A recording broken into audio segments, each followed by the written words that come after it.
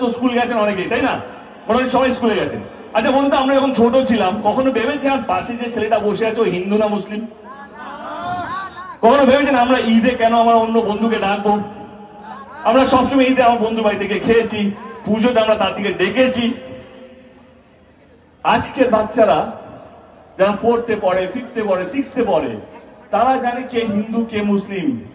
তাদের মাথার মধ্যে চলছে হিন্দু হিন্দু মানে হিন্দুর সঙ্গে বন্ধুত্ব করবে, মুসলিম মানে মুসলিমের সঙ্গে বন্ধুত্ব করবে।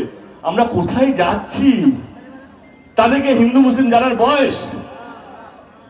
উত্তরপ্রদেশে পরীক্ষা হচ্ছে, পরীক্ষার খাতা খালি রেখে জয় শ্রীরাম লিখে দিয়ে দিচ্ছে, 50% মার্কস পৌঁছে গেছে তারা।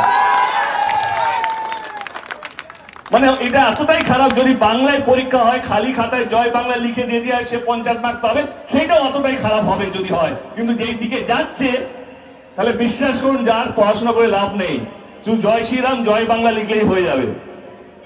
আপনারা কি চান? আপনাকে এরকম একটা সমাজ চান যেখানে ধর্ম হবে আর কিছু হবে না, রাস্তা রাস্তায় শুধু মন্দির হবে, রাস্তা রাস্তায় শুধু মসজিদ হবে, চিকিৎসা করার জন্য হসপিটাল হবে না, পড়াশোনার জন্য স্কুল কলেজ হবে না। কেউ বলবে না কি আমরা এতটা ইউনিভার্সিটি করেছি, আমরা এতটা হসপিটাল করেছি। বলবে আমরা বিদেশে লন্ডনে একটা মন্দির করেছি, আমেরিকা একটা মন্দির করেছি, দুবাইতে একটা মন্দির করেছি। এইগুলো নিয়ে আলোচনা হবে।